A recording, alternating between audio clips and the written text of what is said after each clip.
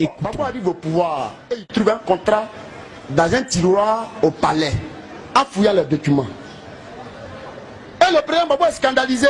Il dit, mais attends, on ne peut pas faire signer un tel contrat à un pays comme la Côte d'Ivoire. D'abord, le pétrole est dans le sous-sol ivoirien. Donc, si une part ou une partie devait revenir à la Côte d'Ivoire, c'est plutôt les 88% qui devaient nous revenir. Alors moi, Laurent Gbagbo, je suis scandalisé. Le chef de l'État a appelé les Français et il leur a dit, asseyons-nous et discutons. Revoyons les formules des anciens contrats qui dit la France à la Côte d'Ivoire. La France lui dit non. Est-ce que ça ne peut pas rester comme ça? On peut même augmenter la mise. Et il faut une proposition au chef de l'État ivoirien, M. Laurent Gbagbo. On lui dit, Monsieur le Président, l'ancien Premier ministre Alassane avait 3%. L'ancien président Bédié avait 6%. 6 plus 3, ça fait 9. Donc, nous, on arrondit à 10. Donc, 10%, là, ça vous revient. Sur 100% de d'intérêt, 10% vous revient les 90%. Nous, la France, on a toujours 88%. Il reste combien? Les 2%, c'est pour l'État. C'est là, toutes les divergences ont commencé. C'est que Laurent Gbagbo n'a pas accepté. Gbagbo dit non, je ne suis pas venu ici pour m'enrichir sur le dos des Ivoiriens.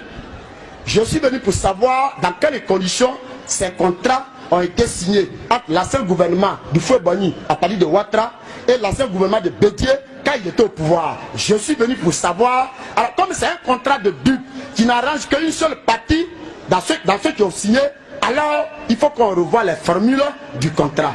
Je ne veux pas de 10%, je ne veux rien du tout. Si l'État gagne, c'est moi qui gagne. Voilà le premier point de discorde entre la France et la Côte d'Ivoire. C'est ça qui envoie la guerre aujourd'hui. Deuxième aspect. À moins de 2 semaines des élections en 2010, le 31 octobre, la France dépêche le secrétaire général de l'Élysée qu'on appelle M. Claude Guéant. Il vient, au lieu de parler des élections et des conditions d'apaisement d'élection, Claude Guéant vient directement et il veut taper le poing sur la table et il veut même imposer au chef de l'État ivoirien, M. Gbagbo, un certain dictat. Et il lui propose ceci. Monsieur le Président, Monsieur Nicolas Sarkozy m'envoie de vous faire des propositions sous forme d'imposition.